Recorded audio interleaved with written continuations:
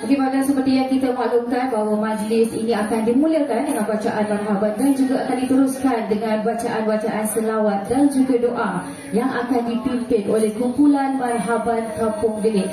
Jadi dengan ini kami berhenti buat seketika dan sama-sama kita berikan laluan buat seluruh warga Marhaban Kampung Delik untuk menyempurnakan majlis. Dengan segala hormatnya dipersilakan. رؤوس المشارق والمغارب ودوابها البحرية وهكذا العوام سلام يا نبي سلام عليك يا رسول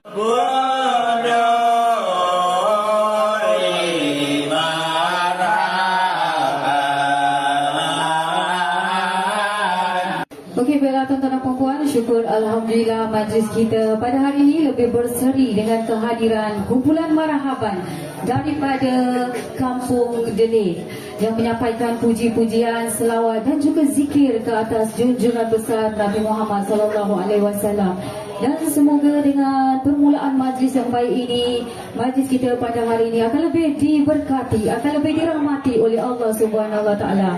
Apa-apa pun kami mengucapkan ribuan terima kasih kepada ayah-ayah daripada kumpulan Marhaban Kampung Delik. Terima kasih banyak-banyak kerana sudi memimpin bacaan, tahlil dan juga doa selamat dan seterusnya Marhaban pada hari ini. Terima kasih banyak-banyak dan dijemput juga ya kepada ayah-ayah semua untuk menjamu selera terlebih dahulu.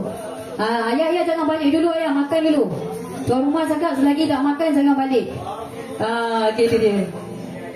Itu dia. Terima kasih juga kepada peluang Marhaban kita tadi Apapun kepada anak ayah-ayah kumpulan Marhaban, silalah untuk menjamu selera hidangan-hidangan yang telah pun disediakan di atas meja buffet. Dan juga dekat sini kita ada juga berbagai jenis makanan-makanan tambahan yang dibawa khas daripada pihak tuan rumah kita. Dan tak lupa juga saya ucapkan selamat datang kepada para tetamu yang mana dah hadir. Selamat datang saya ucapkan. Dan juga terima kasih kepada pihak tuan rumah sekali lagi, iaitu Encik Muhammad Arif dan juga Puan Nur Liza. Dan juga untuk majlis kesyukuran, berkatan dan juga sambut hari lahir yang kita raikan pada hari ini. Dan tak lupa juga saya ucapkan selamat bertugas kepada rakan-rakan tugas kita yang berrumus mungkin daripada sanak saudara, jiran-jiran, daripada rakan-rakan mungkin ada juga yang bertugas untuk menyiapkan hidangan-hidangan dan juga menu-menu. Ya, betul. Dan saya kira ada banyaklah makanan yang dah ready dan ada juga yang mungkin di dalam persiapan yang terakhir. Apa-apa pun tuan dan puan, selamat menjalankan tanggungjawab anda dengan baik dan semoga dengan apa yang saja anda kerjakan pada hari ini dapat membantu melancarkan lagi majlis yang kita raikan pada hari ini. Ya. Dan juga saya difahamkan bang ya, hari ini pihak tuan rumah kita menyediakan pelbagai juadah. Kita ada juga juadah utama. Mungkin abang boleh kongsikan antara juadah utama yang ada pada hari ini. Juadah utama yang didirikan oleh pihak catering.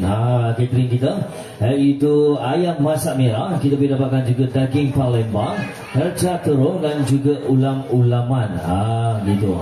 Dan juga kalau tak salah kita ada juga bubur kacang. Itu daripada pihak catering juga yang telah pun disediakan di atas meja buffet. Serta kita ada juga makanan-makanan sampingan seperti stesen-stesen yang kita lihat yang sudah pun get ready, tersedia ada dekat sana. Kita ada apam balik. Apam balik. Kita ada juga cendol, aiskrim, laksa, miso. Oh, banyak tu. Banyak. Kita ada sate, kita ada keropok lekor dan juga kita ada pelbagai air balang dan juga aneka kuih muih.